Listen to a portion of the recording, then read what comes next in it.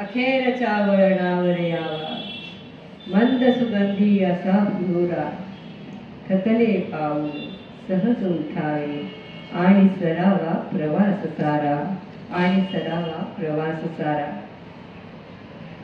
Doctor म्हणले असा निराशेचा सूर का बरं? म्हणले नाही, उद्या आशादायक सूर ऐकवील, असं ते म्हणले. आणि जे कोमात गेले ते गेले. साहित्य क्षेत्राचं एक नक्षत्र त्या दिवशी निखळून पडलं, जे कोकणाने आपल्या ओटीत घातलेलं होतं.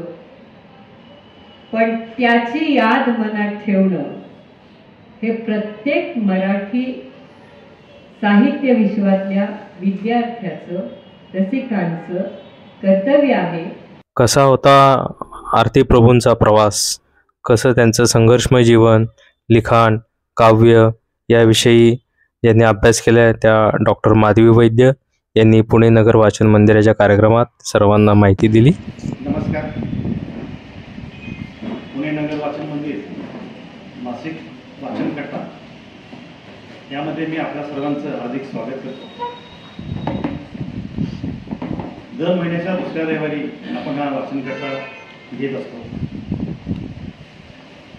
यामध्ये एखाद्या साहित्यिकाच्या समग्र साहित्याचा अभ्यासपूर्वक आढावा घेण्याचा आपण प्रयत्न करत असतो. दरवेळी एक 2 ते 3 वाचक असतात की जे पुस्तक परिचय देत असतात आणि एखादा तज्ज्ञ अभ्यासक समारोप करत असतो. पण आजच्या या वाचक कट्ट्यामध्ये असं नक्की केलं की फक्त आपण आरती प्रभूंच्या कविता आणि साहित्य ह्याच्यावर फक्त ऐकायचं. जेव्हा आपण एखाद्या मान्यवर अभ्यासकाकडून त्यांची कविता किंवा त्यांचं साहित्य समजून घेऊ लागतो, तेव्हा त्या साहित्याचा आपल्याला खरा अर्थ किंवा त्या अर्थापर्यंत पोहोचण्याचा खरा प्रयत्न असणार होतो. मध्यंतरी एकदा कुमार गंधर्वांच्या 61 निमित्त पु ल देशपांडे जेव्हा भाषण करत होते तेव्हा त्यांनी आरती प्रभूंच्या कवितेच्या काही ओळी सांगितल्या की तो न गातो तो ऐकतो सूर आकुला आकुला. म्हणजे जेव्हा गायकाचा स्वर परब्रह्मा पाशी जाऊन लागतो आणि ती अनुभूती तो स्वतः घेत असतो, याचा अर्थ तेव्हा मला कळला की जेव्हा एखादा मान्यवर अभ्यासक त्या ओळी सांगतो. तर अशाच पद्धतीनं आज आपल्याला जे उपलब्ध झालेले मार्गदर्शक अभ्यासक ज्यांनी आरती प्रभूंच्यावर PhD केली आहे अशा डॉक्टर माधवी वैद्य त्या ठिकाणी उपस्थित आहेत. वेगवेगळे वाचन केले होते, त्यांचं हार्दिक स्वागत करतो. त्याचबरोबर मोठ्या संख्येने आपणही उपस्थित राहिला, आपलंही हार्दिक स्वागत करतो. आणि आमचे सहकार्यवाह रोहित जोगळेकर यांना मी विनंती करतो की माधवीजींचा त्यांनी परिचय करून द्या. धन्यवाद. सर्वप्रथम उपस्थित सर्व श्रोत्यांचं मी पुणे नगर वाचन मंदिरातर्फे हार्दिक स्वागत करतो. आज माधवीताईंचा मी अल्प परिचय आपल्याला करून देतो. माधवीताईंनी आरती प्रभूंच्या सग्राम साहित्याचा अभ्यास या विषयावरती PhDसाठी पुणे विद्यापीठातून जो प्रबंध सादर केला त्याला डॉक्टर V. राम करंदीकर उत्कृष्ट प्रबंध म्हणून पारितोषिक मिळाले. त्या Fergusson, Modern College, saint Mira's अशा विविध महाविद्यालयातून मराठीचा अध्यापन करतात. अनन्वय या संस्थेची त्यांनी स्थापना केली आहे, त्याद्वारे विविध कवितांच्या प्रसारांचं काम माधवीताई सतत करत आहे. आतापर्यंत जवळजवळ त्यांची 25 साहित्य विषयक पुस्तकं प्रकाशित झालेली आहेत. फ्लॉवर रेमेडी व होमिओपॅथीची प्रॅक्टिस ही ते करत असतात. बाटिक पेंटिंगची सुद्धा त्यांनी बरीच प्रदर्शनं भरवलेली आहेत. आता मी त्यांना अनेक माहितीपटांची सुद्धा त्यांनी निर्मिती केलेली आहे. त्याच्यामध्ये कवी शब्दांचे ईश्वर, महाराष्ट्रातील 13 कवींवरती मुंबईवरती ती दूरदर्शन मालिका होती. मनस्विनी मालतीबाई बेडेकर यांचं जीवन आणि कर्तृत्व, नमन नटवरा मराठी संगीत नाटकाची वाटचाल, मराठी नाट्य संगीताची वाटचाल केंद्र सरकारच्या मिनिस्ट्री ऑफ कल्चरल अफेअर्ससाठी त्यांनी हा माहितीपट सादर केला. इट्स प्रभात हा गाजलेल्या प्रभात फिल्म कंपनीवरती सुद्धा त्यांचा माहितीपट अतिशय प्रसिद्ध आहे. त्यांनी पुण्याच्या खूप महत्त्वाच्या अशा सांस्कृतिक संस्थांमधून सुद्धा काम केलेले आहे. महाराष्ट्र साहित्य परिषदेच्या पुण्याच्या त्या माजी कार्याध्यक्ष आहेत. तसेच 108 वर्षात पहिल्यांदा निवडून आलेल्या त्या पहिल्या महिला कार्याध्यक्ष आहेत. अखिल भारतीय मराठी साहित्य महामंडळाच्या त्या माजी अध्यक्ष आहेत. महाराष्ट्र राज्य ग्रंथ निवड समिती सदस्य व भाषा सल्लागार समितीवरती सदस्य म्हणून त्या काम करतात. त्यांना मिळालेले जे काही पुरस्कार आहेत ते मी आपल्याला सांगतो. त्यातला इट्स प्रभात या माहितीपटाला त्यांच्या दिग्दर्शनाला राष्ट्रीय फिल्म महोत्सवात 2005 साली रजत कमल राष्ट्रीय पुरस्कार त्यांना मिळाला. माजी राष्ट्रपती डॉक्टर APJ अब्दुल कलाम यांच्या हस्ते हा त्यांनी पुरस्कार स्वीकारला. महाराष्ट्र राज्य पुरस्कार समीक्षा ग्रंथ आरती प्रभूंची कविता ज्याच्याविषयी आज ते बोलतील त्या. महाराष्ट्र राज्य पुरस्कार गायन व अभिनय भूमिका मीरा भूमिका कानोपात्रा यासाठी सुद्धा त्यांना पुरस्कार मिळाला. साहित्य सम्राट नची केळकर पुरस्कार पुणे नगर वाचन मंदिरानेच आपण त्यांना दूर केलेलं होतं. साने गुरुजी विचार साधना पुरस्कार यशवंतराव चव्हाण प्रतिष्ठान पिंपरी आणि चिंचवड. तसंच विश्वशांती केंद्र माइल्स MIT पुणे तर्फे पूर्ण ब्रह्मयोगिनी त्यागमूर्ती श्री प्रयागकाका कराड जीवन गौरव पुरस्कार असे अनेक गौरव पुरस्कार माधवीताईंना मिळालेले आहेत. मी माधवीताईंचं पुणे नगर वाचन मंदिरातर्फे सहर्ष स्वागत करतो.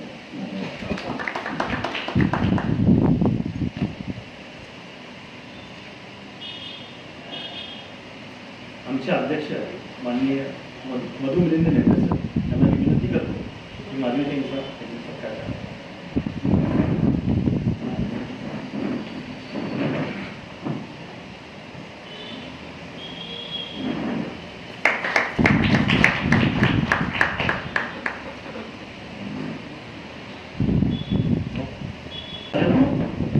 8 मार्च 1930 आणि 26 एप्रिल 1976 रोजी अवघ्या 46व्या वर्षी त्यांचं निधन. 1950 ते 1976 हा इन मीन 26 वर्षाचा लेखनाचा काळ. पण त्यांच्या साहित्याने अनेक प्रश्न उभे केले. कधीही न संपणाऱ्या दुःखाचा मागोवा घेत जाणीवेच्या पलीकडे निनिवेच्या क्षेत्रात त्यांच्या प्रतिमेने मुक्त संचार केला. अलौकिक प्रतिभेचं देणं लाभलेल्या खानोलकरांना अनेक कठीण प्रसंगांना सामोरे जावे लागले. संघर्षमय जीवन वाट्याला आले तरीही या अल्पायुष्यात अजगर, धनुराया, चानी, त्रिशंकू, कोंडुरा, पाषाणपाली, विषाक्ष या कादंबरीचं लेखन केलं. जोगवा, दिवे लागण, नक्षत्रांचे देणे असे आशयघन काव्यसंग्रह त्यांच्या शब्दावरचे प्रभुत्व दाखवतात. राखी, पाकरू, सनई ही कथासंग्रह, अजब न्यायवर्तुळाचा अवध्य, 1-0 बाजीराव, तालाय तस्मे नमहा, रखेली, श्रीमंतपतीची राणी, सगळे सोयरे, हयवादन, अभोगी इतकी नाटके यांचं नाट्यसृष्टीत वेगळं असं स्थान. चानी व कोंडुरावर चित्रपट निघाले. अस्सल कोकणी वादाचा कथा हे त्यांचं वैशिष्ट्य आहे. माणसाचं अस्तित्व, माणूस आणि निसर्ग, माणसातले विकार वृत्ती यावर त्यांनी लेखन केले. त्यांच्या कथा व कविताबद्दल प्रतिमा वाचकांना भुरळ पाडतात. या व्यतिरिक्त त्यांनी 27 नाट्यनिधीची प्रकाशित आहे. नक्षत्राचं देणं या काव्यसंग्रहाला साहित्य अकादमी पुरस्कार मिळाला, तर अनेक नाटकांना महाराष्ट्र राज्य पुरस्कार मिळाले. अशा या आरती प्रभूंच्याबद्दल आपण अधिक जाणून घेऊया. डॉक्टर माधवी. नमस्कार. आज मी माझ्या यजमानांना म्हटलं सकाळी की रविवारी 10:30ची वेळ आणि आरती प्रभूंना ऐकण्यासाठी किती गर्दी जमणार. कारण ज्यांचा पहिला कविता संग्रह हा त्यांच्या हयातीतच खपला नाही असा हा कवी आहे. काहींचं जे आयुष्य असतं ते खडतर असतं. हल्ली प्रसिद्धी ही पैसे देऊन मिळते,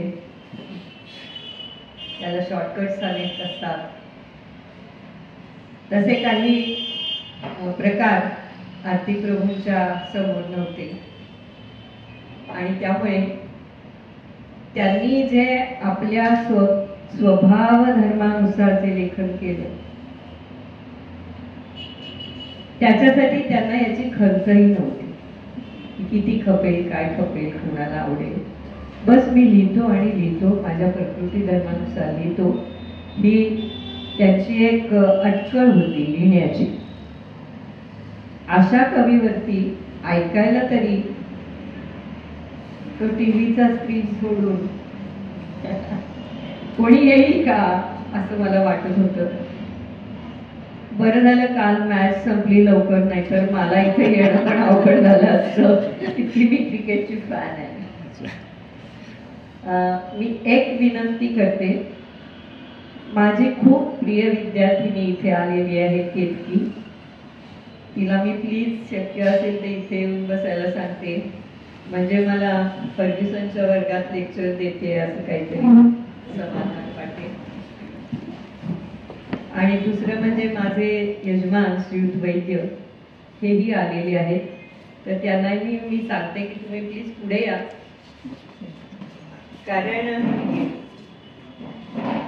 कारण माझ्या सगळ्या ह्या प्रबंधाच्या वाटचालीत आणि संशोधनामध्ये त्यांचा खूप मोठा सहभाग आहे. आता तुम्ही सगळे जाणकार आहात. आरती प्रभू कोण हे तुम्हाला माहिती आहे. आरती प्रभूंनी काय लिहिलं हेही तुम्हाला माहिती आहे. आणि श्रीयुत माने यांनी माझं काम हलकं करून ठेवलंय. माझ्या व्याख्यानातली एक 10 मिनिटं त्यांनी छान त्याचं सगळं विवरण करून ठेवलंय. आता मी अशा सुजाण श्रोत्यांच्या समोर उगाच आपला त्यांचा इतिहास, मग ते इतक्या साली जन्मले, इतक्या साली गेले, मग त्यांना अशा अडचणी आल्या, तशा अडचणी आल्या असं सांगत बसण्यापेक्षा माझ्या थिसिसचा जो कोर आहे तो तुमच्या समोर ठेवण्याचा आधी प्रयत्न करणार आहे. म्हणजे माझ्या लेक्चरला 40 मिनिटं दिलेली आहेत, मी त्यांच्याकडे 10 मिनिटाचं कदाचित पुढे होईल असं वाटतंय मला. तर त्याच्यामुळे या 2 भागात हे लेक्चर विभागलेलं असेल. ते म्हणजे मी माझा अभ्यास कसा केला 1, का केला 2, आणि मग त्यांच्या कवितेकडे आपण जाऊ.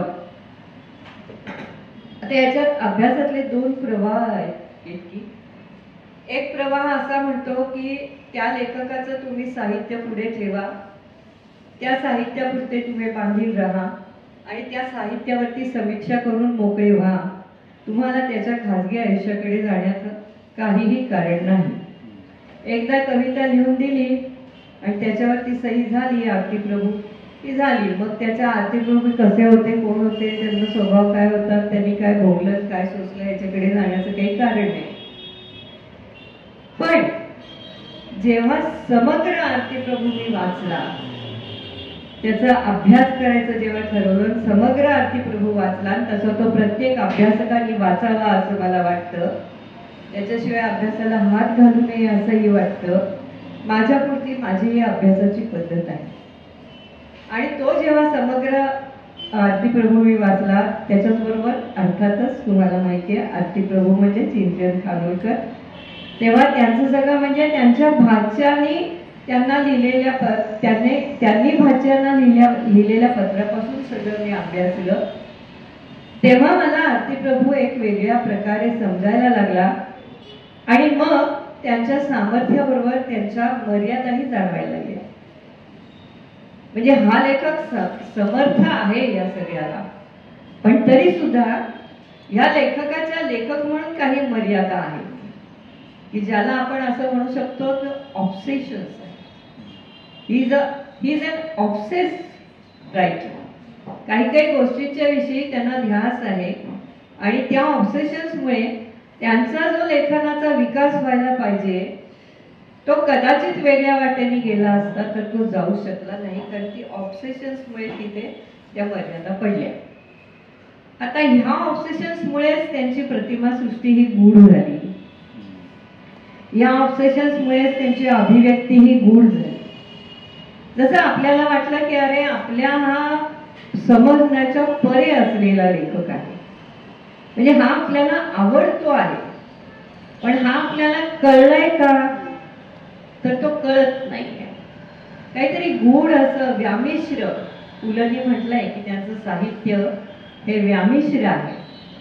आणि ती व्यामिश्रता समजून घेण्यासाठी म्हणून मग मी तो सगळा त्यांच्या व्यक्तित्वाच्याकडे वळण्याचा ठरवलं आणि त्याप्रमाणे मी वळायला सिद्ध झाले. त्याच्यापैकी सगळं मी तुम्हाला सांगत नाही इथे की माझी पुस्तकं आहेत, तुम्ही वाचा. पुणे नगर वाचन मंदिरात ती सगळी पुस्तकं असतील असं मला वाटतंय. नसतील तर मी तुम्हाला एक सेट देऊ शकेन. पण ही सगळी पुस्तकं तुम्ही वाचा आणि त्याच्यामध्ये मी हे सर्व डिटेल लिहिलेलं आहे. तर ह्याच्यासाठी मग काय करायचं? मग त्यांचा प्रकृती धर्म आपण जाणून घेतला पाहिजे. प्रकृती धर्म म्हणजे काय? आज एक फार चांगली गोष्ट आहे की आज पाडगावकरांचा पण स्मृती दिन आहे. आज पाडगावकरांचा जन्मदिन आहे आणि तात्यासाहेबांचा आज मृत्यू दिन आहे 10 मार्च. आणि 8 एप्रिलला नुकतीच खानोलकरांचा पण स्मृती दिन हा होऊन गेलेला आहे. असे 3 दिग्गज लेखक जर आपण घेतले आणि त्यांचा जर प्रकृती धर्म आपण बघितला तर मी हिलाच कुसुमाग्रज शिकवलंय. त्यांनी त्याच्यावरती संहिता पण तयार केली त्या वर्गाने. अतिशय हुशार मुली माझ्या वाट्याला आलेल्या होत्या विद्यार्थिनी. हे म्हणजे प्रत्येकाचं भाग्य असतं. लेक्चर जो देतो त्याचं शिक्षकाचं भाग्य असतं. हा माझा मोठा बँक बॅलन्स आहे असं मी समजते.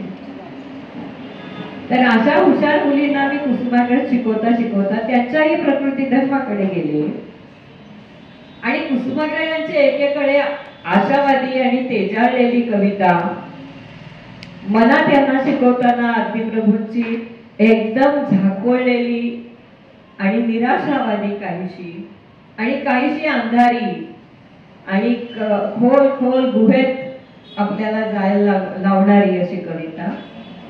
आणि मग आनंदबाईची स्थापना हिच्या समोरच झालेली आहे म्हणून तिला मी मुद्दाम म्हटलं की तू ये बस.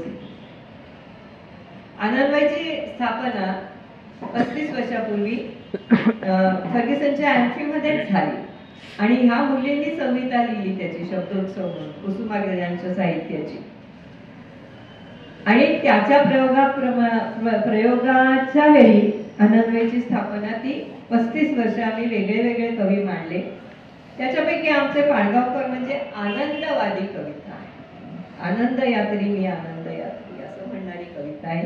जीवनाविषयी फार आस्थेने तुम्हाला जीवनातला आनंद सांगणारी कविता आहे.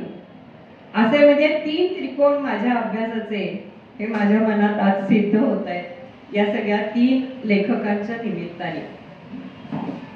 मग हा सगळा अभ्यास करता करता मी श्रीपू भागवतांच्या घरी खानोलकरांच्या अप्रकाशित एकांकिकांचा अभ्यास करायला दररोज जायची आठवडाभर.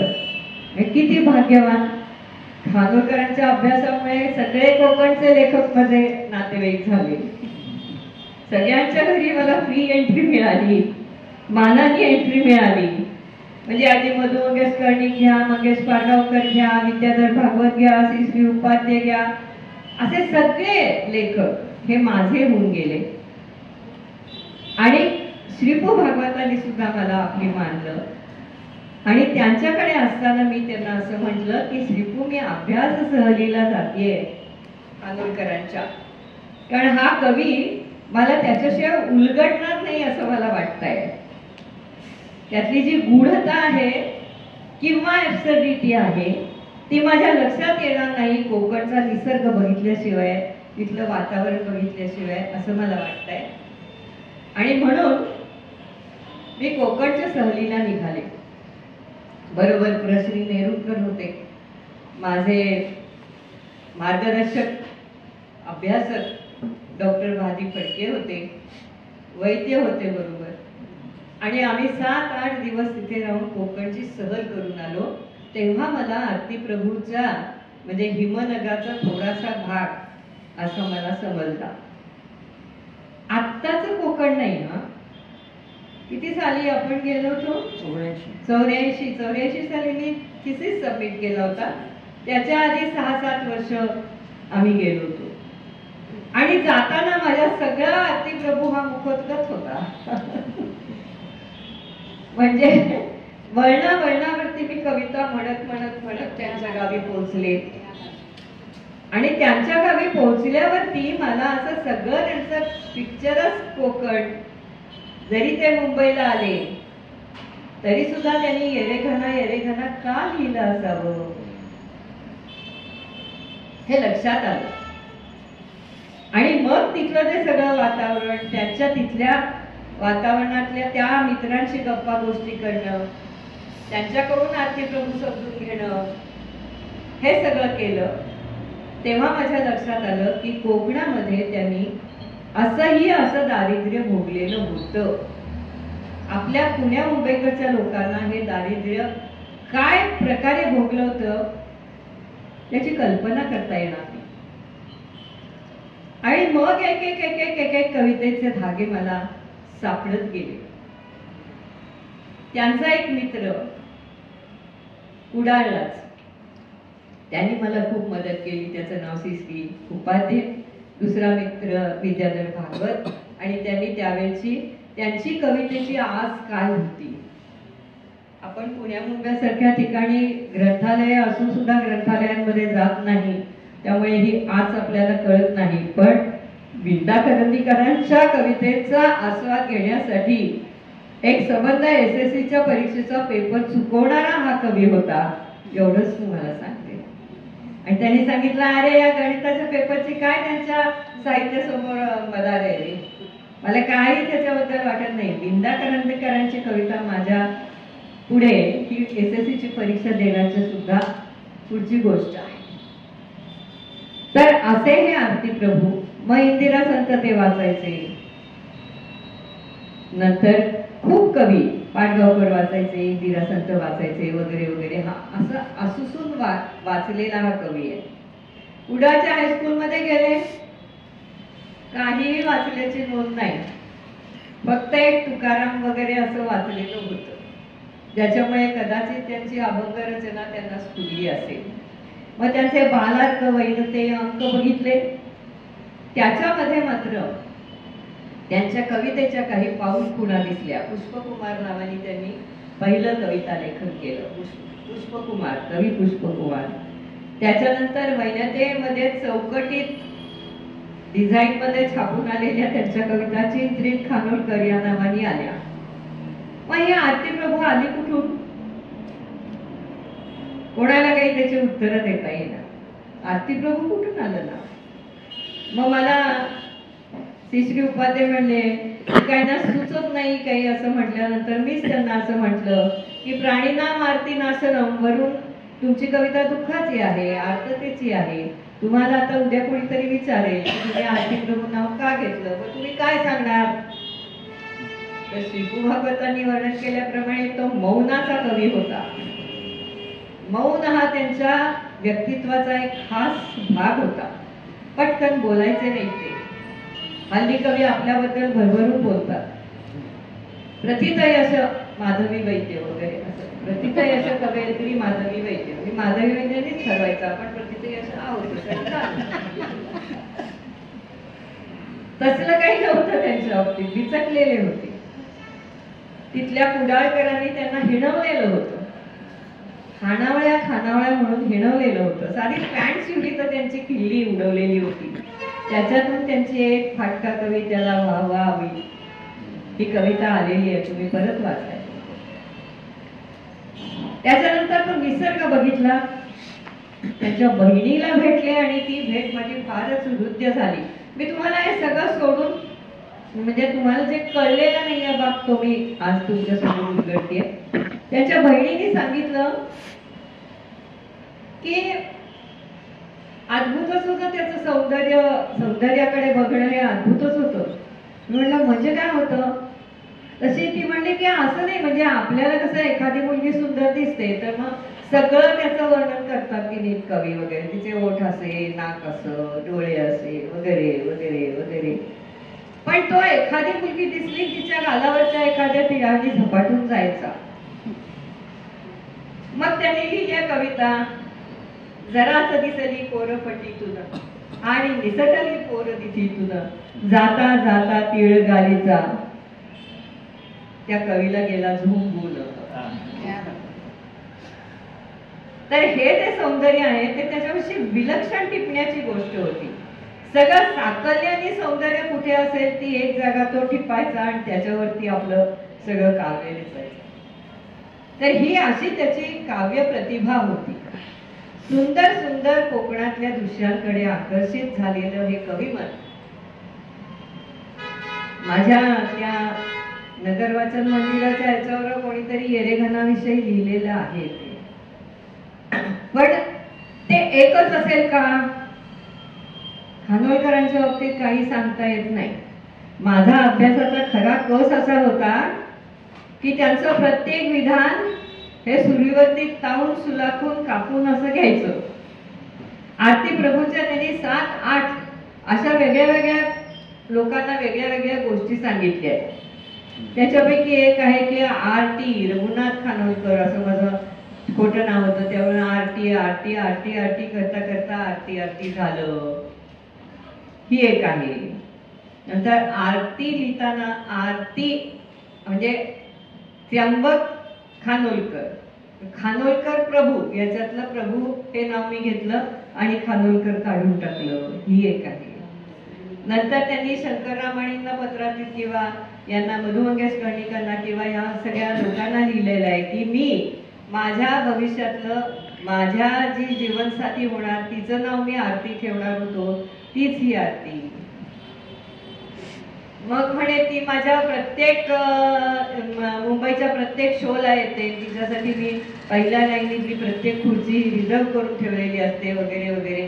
तेही सगळ्या वावड्यात सगळ्या.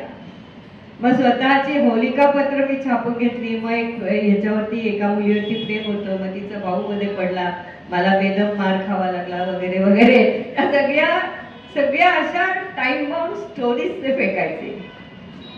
पण त्याच्यापैकी आम्ही शेवटी एका ह्याच्यावरती आलो की त्यांचं कुठेतरी काहीतरी असेल, हृदय गेलं असेल, प्रेम होतं असं मी म्हणणार नाही. हे विधान आपण करू नये, कारण त्याचं काय आपल्याला माहिती नसतं नक्की काय. पण एक मग गेलं होतं आणि तिचं नाव त्या लग्नानंतर आरती ठेवणार होती आणि ती आरती.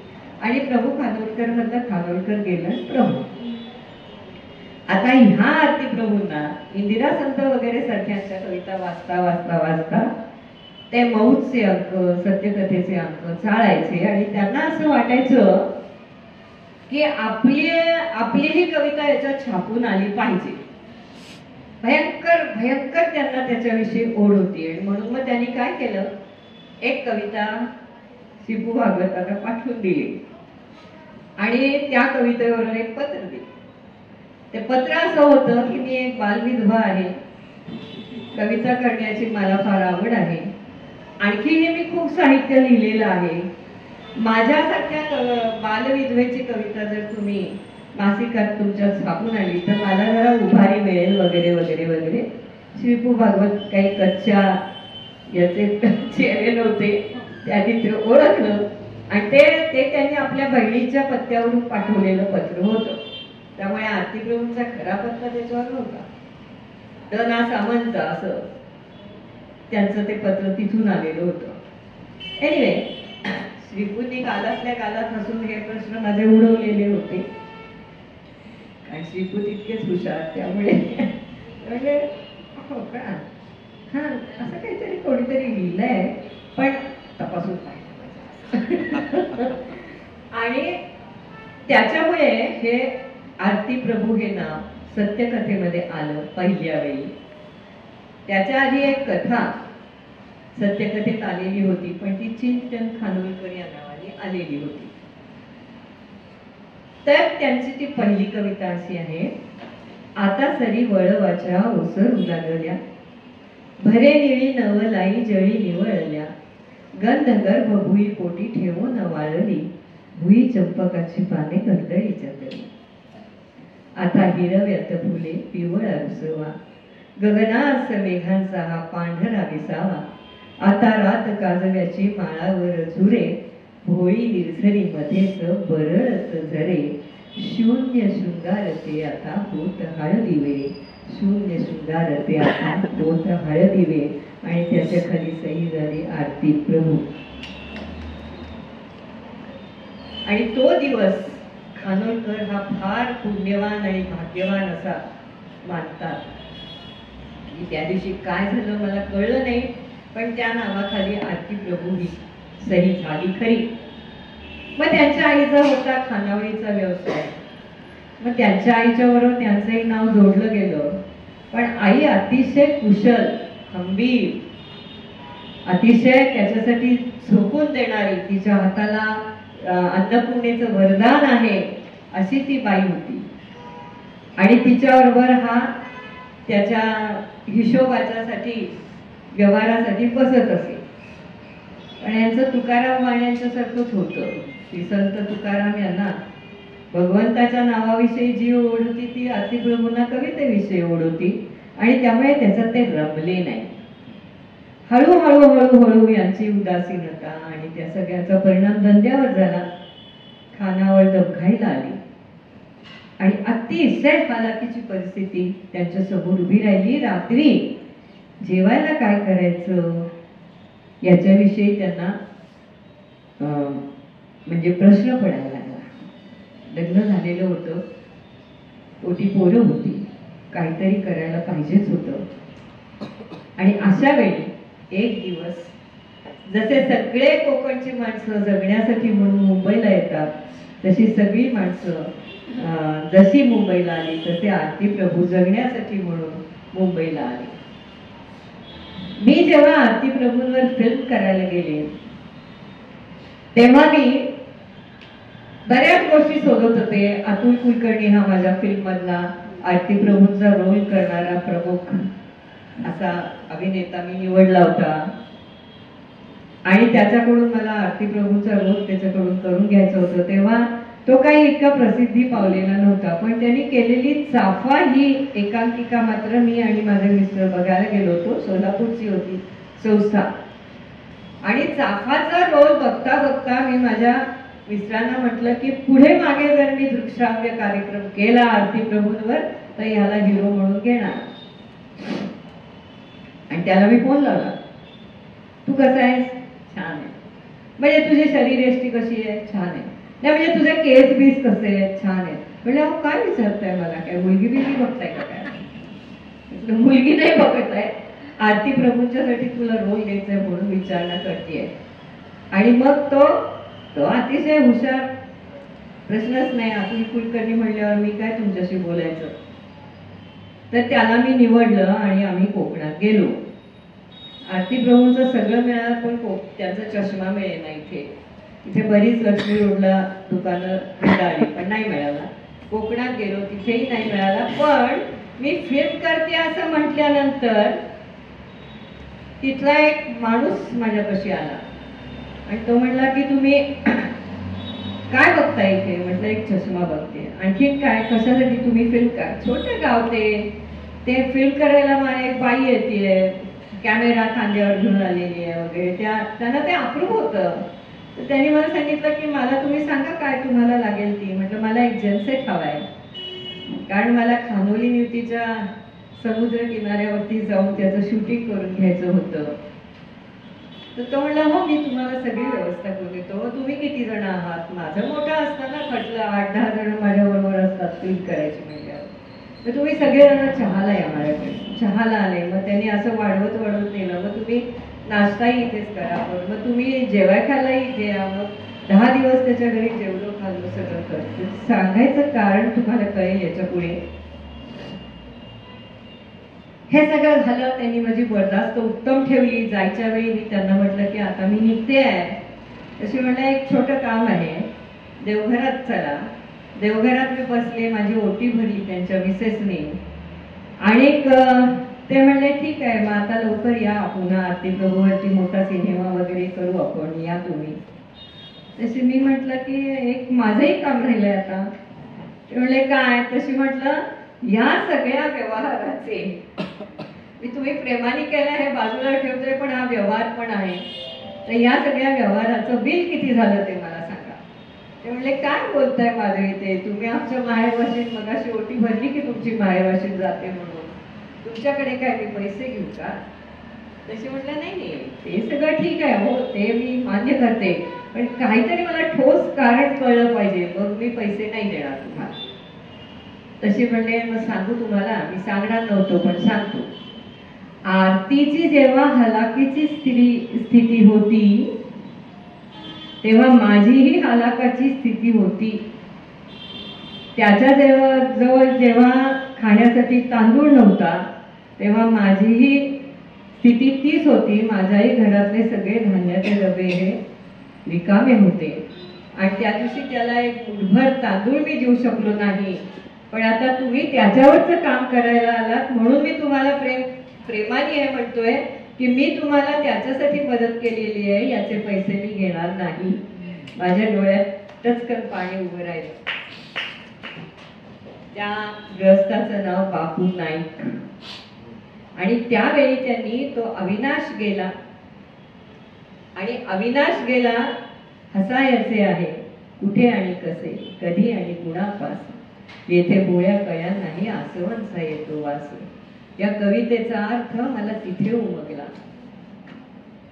जी कहाणी मी ऐकत होते त्याला एक पुरावा प्राप्त झाला आणि त्या आनंदाने मी त्यांचं बिल दिलं नाही त्यांना आणि त्यांना नमस्कार केला, शतशः नमस्कार केला आणि तिथून मी सुटले.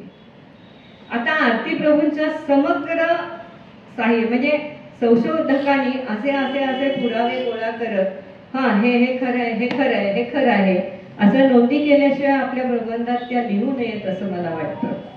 कोणीतरी सांगतं म्हणून त्यांची परिस्थिती अशी होती, कोणीतरी सांगतं म्हणून अविनाश गेला आणि त्यांनी ही कविता केली वगैरे, हे म्हणणं तसं छान असतं, म्हणजे ऐकायला छान वाटतं, आपण त्याच्यामध्ये वाहून जातो. पण प्रबंध करणाऱ्यांनी तो त्या गोष्टी ताऊन सुलाखूनच घेतल्या पाहिजेत. ही शिकवण मला श्रीपू भागवतांनी दिली की माधवीताई तुम्ही संशोधन करताय तेव्हा तुम्ही प्रत्येक ह्याच्यातलं जे हे आहे ते ताऊन सुलाखून मांडून पुढे जा.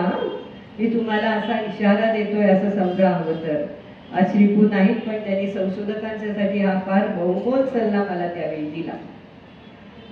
दुसरं, त्यांच्या समग्र साहित्यामध्ये जोगवा जे आहे ना, मला थांबावं का 40 मिनिटं झाल्यावर. जोगवा जे आहे ते निसर्गरम्य कोकणामध्ये सुचलेली स्फुरलेली अशी ती कविता आहे. मगाशी तुम्हाला आता सरी वळवाच्या अवसरू लागले. निजासुऱ्या कळ्यांमध्ये गंध ओथंबून आज उमले दारात फुलांचं शकून वगैरे वगैरे, या कविता ज्या आहेत त्या निसर्गरम्य अशा वातावरणात स्फुरलेल्या कविता आहेत. याच्यामध्ये मृत्यूच वगैरे असं फार भान नाहीये. नियती थोडीशी दिसते कारण नियती ही त्यांच्या सुरुवातीपासूनच होती आणि त्यांच्या साहित्याची दिशा सुद्धा, कवितेची दिशा सुद्धा पहिल्यापासून ठरलेली होती. काय होत्या त्यांच्या पहिल्या 4 ओळी? जसं आपण म्हणतो की क्षितिज जसे दिसते तशी म्हणावी गाणी, देहावरची त्वचा आंधळी शिरून घ्यावी कोणी, गाय जशी अंबरते तसेच व्याकुळ व्हावे, बुडता बुडता सांज प्रवाही अलगद भरून यावे.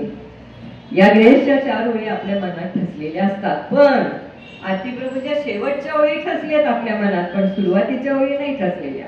त्या फारशा कुठे पब्लिशही झालेल्या. त्या 4 ओळी अशा आहेत. घोषणांनो सिद्ध भाग रिक्त ओठांच्या पूजेला.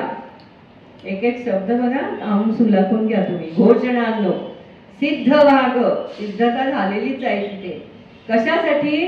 रिक्त ओठांची पूजा बांधायची आहे. पुढेची लक्ष्मी वगैरे वगैरे ज्या सगळ्या उपड्या झालेल्या घागरी त्यांच्या साहित्यात येतात, तर रिक्तपणा त्यांनी सुरुवातीला 4 ओळीत म्हटलेला आहे. घोषणांनो सिद्ध भाग रिक्त ओठांच्या पूजेला, काळजाची मात्र ज्वाला वाहू दे काळ्या दिसेला.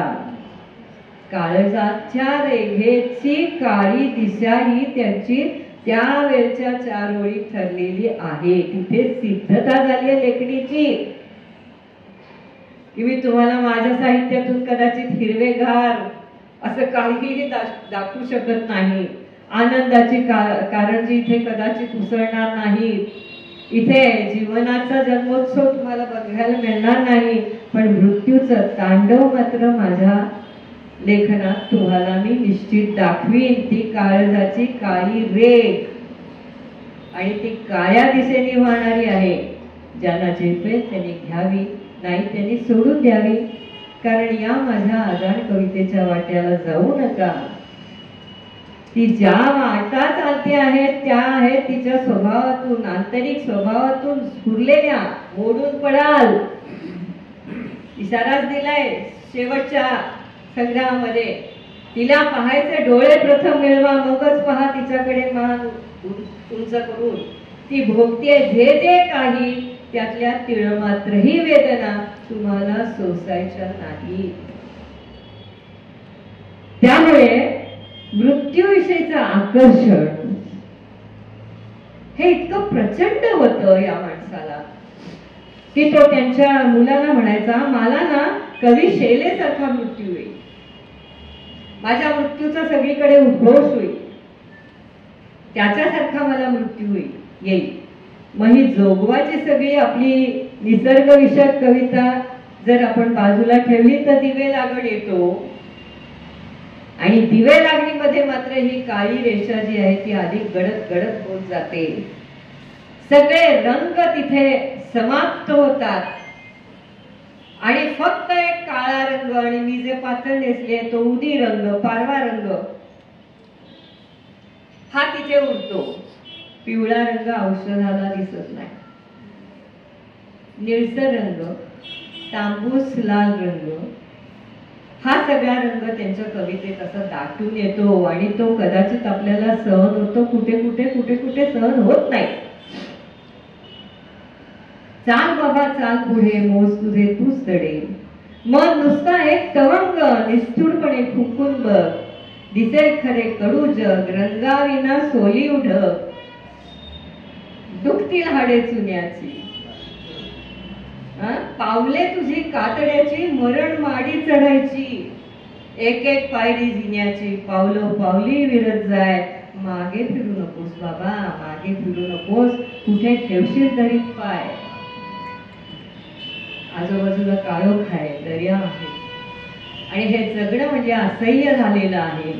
याची खूप दिवे लागणमध्ये वारंवार आपल्या समोर येते आणि त्यांची कविता एक ही मृत्यूनी झाकोळलेली कविता म्हणून आपल्या समोर येते. का? कारण ते जगायला मुंबईत आले, त्यांचं बस्तान बसायला उशीर झाला. तरी सुद्धा श्रीपू भागवत आणि मंगेश पाडगावकर यांनी एखाद्या पदराड जपलेल्या दिव्याप्रमाणे त्यांची ज्योत सतत तेवत ठेवली. दोघांनी खूप परिश्रम घेतले आणि त्यांना या दोघांनी तर धरून, हाताला धरून एसएससीच्या मांडवात नेलंय. मग त्यांनी त्या चंदावरकरांच्या स्कूलमध्ये नोकरी केली, ती त्यांना मानवली नाही, ती नोकरी त्यांना सोडावी लागली. कसे तरी ते आकाशवाणीत चिकटले आणि पुलांच्या शिवाय कोणाला त्यांचं फार तेज कळून आलं नव्हतं. कारण पुलांनी सुद्धा म्हणलंय की इति इति भवान, अशी त्यांची नोकरी होती. जो कोणी येईल आर्टिस्ट त्याला खुर्ची मोकळी करून द्यायची, त्याला काही चहा पाणी वगैरे विचारायचं. तेवढ्यातच त्यांची नोकरी ती तेवढीच सामावलेली होती. पण आरती प्रभू हा असा काही आहे याचं ज्ञान आकाशवाणीत सुद्धा नव्हतं. तिथे एक जबरदस्त फटका त्यांना बसला. जरा जरासे स्थिरावत आहेत आणि जबरदस्त फटका बसला. तो म्हणजे कोणीतरी खोडी करून हा कम्युनिस्ट आहे असं पत्र आकाशवाणीला लिहिलं. तेव्हा अँटी कम्युनिझमचं आपल्या सरकारचं धोरण होतं. दुसऱ्या दिवशी खानोलकरांची नोकरी केली. परत आपल्या संसाराला काय थाळीत वाढायचं असा प्रश्न त्यांच्या समोर आला. बघा, म्हणजे आधी इतकं सोसलेलं आहे, परत आता ते सोसायचं आहे. म्हणजे त्यांची अवस्था काय झाली असणार. ते सगळं जे झाकोळलेलं आहे ना ते दिवे लागणीमध्ये आलेलं आहे. पण प्रतिभेचा लखलखाट असा, म्हणजे आपण जसं सोनं भट्टीत घालतो ना आणि ती भट्टीत घातल्यावरती ते जे तेजाने झळकायला लागतं ना, तशी एक एक 2-2 दिवसात लघु कादंबरी. काय गंमत आहे काय. मालाडराव राहायचे, जिन्याखाली घर केलं होतं आणि एक घोंगड्या टाकलेलं असायचं, त्याच्यावरती पोरं आजूबाजूला खेळतायत वगैरे वगैरे. 2 बकऱ्यांची पोरं ते अवस्था आलेली आहे की आजूबाजूकडून नाले वाहतायत, पूर येतोय, घरात पाणी शिरतंय का काय असं. आणि तिथे बसून हा जो लेखकाची समाधी लागायची, हा स्वामी 2-2, 3-3 कादंबऱ्या लिहून मोकळा व्हायचा. दिवे लागणपर्यंत झाडे लग्न झाली आले होतं. झाडे लग्न झाली आलं आणि शिल्पू म्हणले, अहो ही काय अर्धवट कादंबरी आहे सगळी, त्याच्या मागे पुढे काहीतरी आहे, तुम्ही लिहिलं पाहिजे. मग रात्रकाळी आली,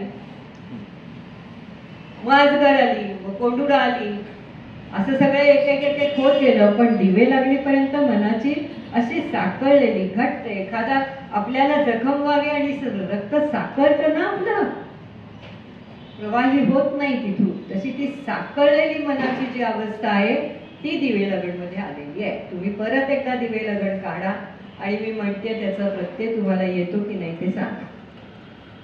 मग असं जे असताना भोगणं आणि हे आपल्याला कळत नसतो. मग जरा त्यांनी त्या कादंबऱ्या प्रसिद्ध व्हायला लागल्या, मग हळूहळू नाटकं यायला लागली. मग नाटकवाल्यांच्या बरोबर त्यांच्या बैठकी उठ-बस सुरू झाली. मग मेहताबाई त्यांना भेटल्या, मग आणखीन लोक भेटली त्यांना, आणि मग कॉकेशियन चॉक सर्कलचं हे घेऊन ते जर्मनीला वगैरे जाऊन आले, आणि मग नक्षत्रांचं देणं प्रकटलं.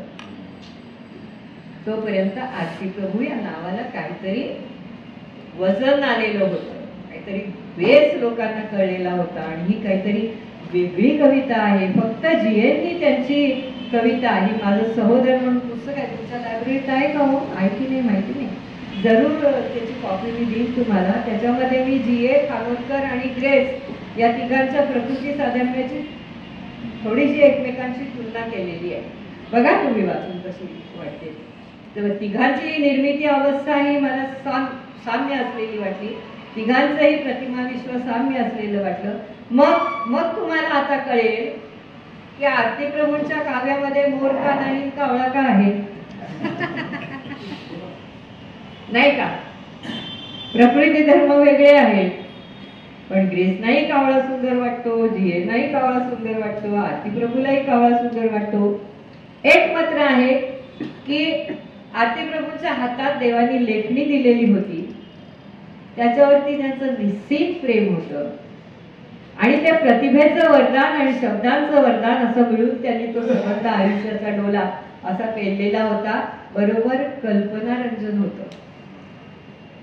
म्हणजे जे मगाशी हॉलिक पत्रिकेच्या वेळी मी तुम्हाला सांगितलं तसे असते, किंवा आरती प्रभूंच्या 7-8 व्युत्पत्ती त्यांनी प्रसिद्ध केल्या, असं कोणी आपण करू का हो. माधवी नाव तुमचं कसं, तर मी असं स्टोरीज बनवून सांगितलं का कोणाला, अहो माधवी म्हणजे याचा अर्थ असा, म्हणून मग माझ्या नवऱ्याने असं म्हणून माझं नाव माधवी, असं पॉसिबलच नसतं. म्हणजे त्याच्यासाठी तुमचं कल्पनारंजन, म्हणजे जे एपीजे अब्दुल कलाम म्हणतात की पतंग उडवा, ते यांचे पतंग फारच जोरात उडलेले. मग काय पुढे पुढे असंच, मग ते खूप वरती वरती वरती वरती असं ते सगळं. मग एकदा ते बेंगलोरला एक नाटककारांची हे होती, काय म्हणायचं, कॉन्फरन्स होती, आणि त्या कॉन्फरन्सला हे गेलेलेच नव्हते बरं का. आणि मग हळूहळू नक्षत्रांचे देणे प्रसिद्ध झालं. मग त्यांना असं वाटलं नाही, आपली नाटकही बऱ्यापैकी लोक हे करतायत, कविताही बऱ्यापैकी लोक हे करतायत. मग त्यांचा पतंग तो परत वर उडायला लागला. तोपर्यंत नक्षत्रांचे देणे जर तुम्ही उघडलं तर त्याच्यामध्ये दुःख स्वीकाराची अतिशय चांगली अशी एक कळा त्या नक्षत्रांचे देणेमध्ये बघायला मिळते. आत्मविश्वास दुणावलेला होता कवितेचा, त्याला एक गझल सारखा फॉर्म एक त्याला ऍड झालेला होता. म्हणजे इतके दिवस ही जी अभंगात आणि ह्याच्यात जी कविता होती भावस्पर्शी, ती वेगळ्या पद्धतीने ती प्रोजेक्ट व्हायची संधी ही नक्षत्रांचे देणेमध्ये आलेली होती. मला असं नेहमी वाटतं की आरती प्रभूंना जर अधिक जीवन मिळालं असतं ना, तर कदाचित याच्या खूप वेगळ्या वाटेने हा कवी गेला असता का. पण गेला असता म्हणायची ताकद माझी नाही, कारण मी जो चार्ट मांडलेला आहे, हसतंय पण खरं आहे, तो जो चार्ट मांडलेला आहे त्याच्यामध्ये मी त्यांचा निर्मितीक्रम, त्यांच्या आयुष्यात आलेला क्रम हे जे लिहिलेलं आहे त्याच्यामध्ये माझ्या असं लक्षात आलं की जशी जशी त्यांना प्रसिद्धी मिळत गेली, जसं जसं त्यांना चांगली स्थिती येत गेली, पुरस्कार मिळत गेले, म्हणून कोणत्याही संस्थेने कोणत्याही लेखकाला पुरस्कार देताना ते त्याच्या जीवावर बेततील असे देऊ नये. त्यांना जसे जसे पुरस्कार मिळत गेले हा लेखक स्थिरावत गेला आणि मग त्यांच्या त्या दुःखाची झळ कमी कमी होत गेली आणि त्यांच्या लेखनाचा कस मात्र कमी कमी होत गेला. पुढच्या काही ज्या थोड्याशा पाषाण पालवी वगैरे अशा काही कादंबऱ्या आहेत त्यांच्यावरती तर विचार तरी करावा का असं मला वाटतं. अज्ञात कबुतरे वगैरे आहे पण ती त्यांची झेकवरून परत अनुवादित केलेली कादंबरी आहे. पण एका वेगळ्या वाटेने हा कवी जातोय हे मात्र नक्की असं तिथे जाणवायला लागलं आणि त्यातली प्रत्येक अभिव्यक्ती ही वेगळी वेगळी वाटायला लागली. म्हणजे त्याच्यातली एक कविता आहे बघा, तेव्हा मलाच माझा वाटेल फक्त हेवा, घरदार सोडून मी जाईन दूर गावा. है ना, तेव्हा मला माझाच हेवा वाटेल, पाण्यात ओंजळीच्या यावा, चुकून मीन चमकूनही तसाच गाण्यात अर्थ यावा, तेव्हा मलाच माझा वाटेल फक्त हेवा. किंवा ती मायाचं रूपक आहे ते, सप्रेमध्ये आम्ही लोक बहरून जात आहे. तर ह्या अशा कविता म्हणजे ह्या आत्मभानाच्या कविता त्यांना समजून येत होतं की आपल्यामध्ये काहीतरी एक वैशिष्ट्यपूर्ण आहे जे इतरांच्या मध्ये नाही आणि ते मी मांडतो आहे. मुंबईचं जीवन त्याच्यात आलं. ती बकरीची दोन पोरं वगैरे ज्या कविता आहेत त्याच्यातून मुंबईचं भान आहे संबंध. तेव्हा आम्ही जन्माला आलो म्हणजे काय केलं तशी पण एक कविता आहे त्याची की काय म्हणजे पोराबाळांचा बाप झोडो, आणखी काय केलं विशेष. तर ह्या आत्मभानाच्या कविता त्याच्याबरोबर आत्मविश्वास जुळवल्याच्या कविता या नक्षत्रांचे देणीमध्ये निश्चित आहे. आणि त्याचबरोबर आपल्याला असं एक जाणवून जातं, हा मगाची गोष्ट सांगता सांगता राहिली की ते बेंगलोरला नाट्याचार्यांच्या त्या परिषद होती आणि तेव्हा कुठलं बरं दुर्गाबाईंचं कुठलं कराडचं साहित्य संमेलन, कराडच्या साहित्य संमेलनात ते गेले होते. पायावरती सूज होती, बरोबर चालेल. तर पायावरती सूज होती, एवढी निरोपाची भाषा होती, सगळ्यांच्या मनात पाल चुकचुकलेली होती. खानोळकरांची स्थिती, शारीरिक स्थिती ही सगळ्यांना भेडसावून जात होती. आणि अशा अवस्थेमध्ये टिपू भागवतांना त्यांनी एक प्रचंड मोठा पतंग उडवून धक्का दिला. काय खानोळकर काय म्हणतायत, नाही परवाच बेंगलोरच्या त्या नाट्याचार्यांच्या परिषदेत जाऊन आलो, आद्य रंगाचार्य होते तिथे, फार चांगली चर्चा झाली. ते म्हणले इतकी पायावरती सूज आणि कुठे गेला होता, नाही म्हणले जावंसं वाटलं जाऊन आलो, बरं वाटलं.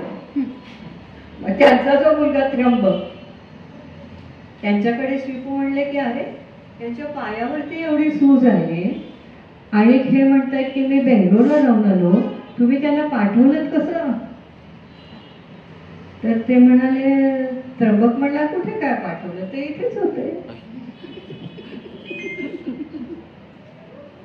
म्हणजे कल्पना रंजन हे त्यांच्या अस्तित्वाचा एक भाग होतं आणि ते त्यांच्याबरोबर सदैव असताना मृत्यूने त्यांच्यावर घाला घालावा इतकी निर्दयता मी कधीही कोणाच्याही बाबतीत अनुभवलेली नाही.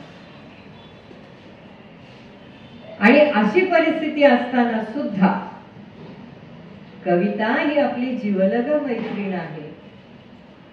आपलं सुखदुःख सांगण्याचं ती एक आपली हक्काचं स्थान आहे. ती मला सोडू शकत नाही आणि मी तिला सोडू शकत नाही, अशी अवस्था या कवीची असताना त्यांच्यावरती केएम हॉस्पिटलमध्ये डॉक्टर देवल यांच्या निगराणीखाली उपचार सुरू होते. याच्या आधी मला तुम्हाला एक सांगायचं आहे की ये रे घना धावू घाल माझ्या मना, फुले माझी अळू माळू वारा बघे सुरगळू, नको नको म्हणताना गंध गेला रानावना टाकून या घरदार नाचणार नाचणार, ही जी सगळी तुमची कडवी आहे, तो घन म्हणजे कोकणातून अनुभवलेला वर्षाव करणारा असा काळ्या आठवणींचा घन आहे. कविता ही बहुप्रसवा असते. तिचा अर्थ कोणी कसा लावावा हे तुमच्या मनावरती, तुमच्या मनाच्या श्रीमंतीवरती अनुभवलेलं असतं. पण ज्यांनी खानोलकरांचा अभ्यास केलेला आहे त्या ललितात एके दिवशी गॅलरीत उभा होतो, समोरून सूर येत होते कोणाच्या तरी बासरीचे वादनाचे, आणि ते ऐकता ऐकता ऐकता माझ्या मनात या ओळी आल्या. हृदयनाथ मंगेशकरांनी त्याचं गीत करायचं ठरल्यानंतर आशाबाईंनी त्यांचं हे गीत घराघरातून पोचवलं. त्याच्याविषयी ते कृतज्ञ होते की माझी कविता आशाबाईंनी घराघरात पोचवली. आणि ते करायच्या वेळी एक थोडासा वेळ कमी होता म्हणून शांताबाई होत्या तिथे. त्यांना हृदयनाथ म्हणले की शांताबाई याला एक कडवं जोडून देता का? तेव्हा त्या म्हणल्या, अरे एवढा मोठा कवी, मला काय तू सांगतोस याच्या कवितेला जोड लावायचं, तो पैठणीला कधी जोड लागतो का? पण अगदीच नड होती म्हणून त्यांनी शेवटी देते बाबा, तर माझ्या मनात येत ते देते. इतक्यात आरती प्रभू तिथे आले आणि आरती प्रभूंना मंगेशकरांनी असं सांगितलं वाटतं की तुमच्या याला शांताबाई जरा एक कडवं थोडंसं कमी पडताय, लिहून देत आहे. त्यांनी हात जोडले शांताबाईंना आणि कागद पुढे घेतला आणि शेवटचं कडवं आपण लिहून ठेवलं आणि कविता तिथे पूर्ण झाली. अशा टाईपचा हा कवी होता. हे तर हल्ली काय, मी कविता लिहिली आहे ती कुठे छापून येईल का, कुठे व्हॉट्सअपला पाठवता येईल का, मग फेसबुकला पाठवता येईल का, खाली सही झाल्या की नाही, मग त्याचं कॉपीराईट लिहिलं की नाही, काही नाही. सरळ सुट्ट कलावंताचं जगणं ही लोक जगत होती. असा हा कलावंत शेवटच्या श्वासापर्यंत कविता लिहित राहिला. KM मध्ये त्यांना ऍडमिट केलं होतं आणि त्यांना शुद्ध गेली होती. जरासे शुद्धीत आल्यानंतर डॉक्टरांनी विचारलं, काही लिहिता का, देऊ का पेन्सिल आणि कागद, द्या म्हणे. आणि मग त्यांनी 4 ओळी लिहिल्या, आयुष्यातल्या शेवटच्या 4 ओळी. अखेरच्या वळणावर यावा मंद सुगंधी असा फुलोरा, थकले पाऊल सहज उठावे आणि सरावा प्रवास सारा, आणि सरावा प्रवास सारा. डॉक्टर म्हणले, असा निराशेचा सूर का बरं? म्हणले, नाही उद्या आशादायक सूर ऐकतील, असं ते म्हणले. आणि जे कोमात गेले ते गेले. साहित्य क्षेत्रातलं एक नक्षत्र त्या दिवशी निखळून पडलं, जे कोकणाने आपल्या ओटीत घातलेलं होतं. पण त्याची याद मनात ठेवणं हे प्रत्येक मराठी साहित्य विश्वातल्या विद्यार्थ्याचं, रसिकांचं कर्तव्य आहे. आणि ते आज आपण पूर्ण केलं, त्याच्याबद्दल खूप धन्यवाद देते आणि थांबते. ज्यांना खूप सांगण्यासारखं आहे, पण घड्याळ म्हणताय की माधुरीताई बास झाली तुमची विद्वत्ता, आता थांबा. तर त्यामुळे तुम्ही जरूर माझी ती पुस्तकं आणा, पुस्तकं वाचा. पुन्हा जर त्या बाबतीत काही वैयक्तिक माझ्याशी जर चर्चा करायची असेल तर ती जरूर करू. पण आकृतीमधला प्रकृती धर्म आणि त्या प्रकृतीतून निर्माण झालेली कविता, म्हणजे असं बघा की असं लिहिणं हे तात्याचे मनात कधीही जमलं नसतं. 1000 डोळ्यांमधले पाणी माझ्या डोळ्यामध्ये जमे, 1000 कंठातील घोषणा माझ्या कंठामध्ये घुमे, 1000 हृदय गैवरती तर मन माझेही गैवरते, असे हजारांसंगे आहे जडलेले माझे नाते, हे म्हणण्याची ताकद त्या कवी मनात नव्हती हे निश्चित. पण त्यांच्या ठिकाणी ते कवी ते सदैव मोठे आहेत याचं भान आपण ठेवूया आणि थांबूया. धन्यवाद. कवी शब्दांचे ईश्वर सांगा. हा हो हो म्हणून मिस्टर बरोबर पाहिजे तर समोर पाहिजे. मी 13 भाग कवी शब्दांचे ईश्वर म्हणून त्याची मालिका पूर्वी मुंबई दूरदर्शनला दाखवलेली होती. ते 13ही भाग आता माझ्या घरी राहून काय करायचंय म्हणून मी आता YouTubeवर टाकलेले आहेत आणि ते 13ही भाग आता तुम्हाला आर्या कम्युनिकेशन्स अँड व्हिडिओज किंवा कवी शब्दांचे किंवा कवी शब्दांचे ईश्वर असं YouTubeला जर तुम्ही छापलं तर तुम्हाला बघायला मिळेल. आणि ह्या सगळ्या प्रोसेसची जी मागची जी निर्मिती कथा आहे ती पण तुम्हाला कवी शब्दांचे ईश्वर असे साकारले कवी म्हणून. म्हणजे मी ही माझी जाहिरात करत नाही, मी ही कवींची जाहिरात करते आहे आणि त्यांची जाहिरात करायची काही आवश्यकता नाही आहे. पण तरी तुम्हाला सांगते की असे साकारले कवी म्हणून बुकगंगा तर्फे ते पुस्तक काढलेलं आहे. ते पुस्तक तुमच्या इथे आहे नसेल तर मी माझी बरीच देणं आहे तुम्हाला म्हणजे तर ते पुस्तकही तुम्ही वाचा, तुम्हाला मजा वाटेल. तुम्हाला आणखीनही काही गमती जमती आठवतील ह्याबाबतच्या जरूर वाचा.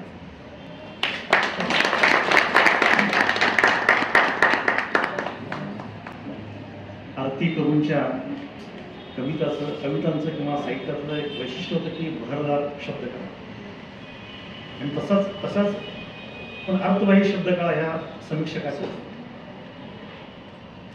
आणि त्या आपल्याला खऱ्या खुऱ्या अर्थापर्यंत जे कवीला सांगायचं आहे लेखकाला सांगायचं आहे तिथपर्यंत आपल्याला पोहोचवत असतात. आजच्या या व्याख्यानातून माधवीताईने आम्हाला तिथपर्यंत पोहोचवलं. मला असं वाटतं की आलेल्या बऱ्याच जणांना आरती प्रभू काय होते, त्यांची जीवनी कशी होती, त्यांची कविता कशी होती ते समजायला खूप सोपं झालेलं असेल. अशाच पद्धतीचा हा आपला वाचक कट्टा आहे. हे वर्ष सुरू होताना आपण वि. स. खांडेकर, नंतर कुसुमाग्रज आणि त्यांच्या समग्र साहित्याचा अभ्यास करत पुढे चाललो आणि आजचा हा तिसरा एपिसोड ज्याच्यातून आपण आरती प्रभू समजून घेतलं. हा जो वाचक गट आहे तो एका अर्थानं अभ्यासू वाचकांचा वाचक गट आहे की ज्यांना खरोखरच साहित्य खऱ्या अर्थानं समजून घ्यायचे. आणि मला असं वाटतं की आपली वाचक चळवळ किंवा वाचन चळवळ ही अशा लोकांच्या अशा वाचकांच्याच मुळे पुढे जाणार. पुढच्या महिन्यात आपण ज्या महिन्यामध्ये ज्या कवी किंवा लेखकाचा जन्मदिवस असतो त्या साहित्यिकाच्या अभ्यासात्मक असा वाचक आपण घेत असतो. पुढच्या महिन्यामध्ये गझल सम्राट सुरेश भट यांचा 15 एप्रिलला जन्मदिवस आहे. त्याच्या आदल्या दिवशी आपण गझल लेखनाची कार्यशाळा आणि नंतर उत्तरार्ध गझल मुशायरा घेऊन आपण तो वाचकाला संपूर्ण करणार आहोत. जर कुणाला त्या कार्यशाळेला यायची इच्छा असेल तर माझ्याशी संपर्क साधायचा आहे. आपल्या सर्वांचे फोन नंबर आपण घेतलेले आहेत. मी सर्वांना त्या वाचन गटावर ॲड करेन आणि सर्वांनी त्याचा आनंद घ्यावा, मुशायराचा आनंद घ्यावा आणि अशीच उपस्थिती आपली सर्वांची असावी. फक्त तो वाचन गटा जो आहे तो भाविसा भवन बेलगुड भाविसा स्कूलच्या मागच्या बाजूला आहे की जिथं पार्किंगची चांगली व्यवस्था आहे आणि चांगला हॉल आहे. तर त्या ठिकाणी आपण घेत आहोत. तर सर्वांना माझी विनंती राहील की आपण सर्वांनी त्याही दिवशी उपस्थित राहावं. आता थोडा औपचारिकतेचा भाग म्हणून जो कृतज्ञतेचा भार असतो म्हणजे आभार व्यक्त करतो. आजच्या या वाचक गटाला डॉक्टर माधवीताई उपस्थित राहिल्या. त्यांनी आम्हाला आरती प्रभूंच्यापर्यंत नेण्याचा छान प्रयत्न केला की ज्याच्यामुळे आपण आपल्या अभ्यासाच्या थोड्याशा दिशा अधिक स्पष्ट होतील. आपण सर्वजण उपस्थित राहिला. त्याचबरोबर काही मान्यवर मंडळी या ठिकाणी उपस्थित राहिले. विशेष करून माधवीताईंचे यजमान, त्यांच्या विद्यार्थिनी, त्याचबरोबर आमचे सर्व कार्यकारिणी सदस्य त्यांचेही मी आभार व्यक्त करतो की आज तेही जाणीवपूर्वक उपस्थित राहिले. आमचे सर्व कर्मचारी ज्यांचा नेहमीच मोठा सिंहाचा वाटा असतो की हा वाचक गटाची व्यवस्था करण्यासाठी. तर आपल्या सर्वांचा मी आभार व्यक्त करतो.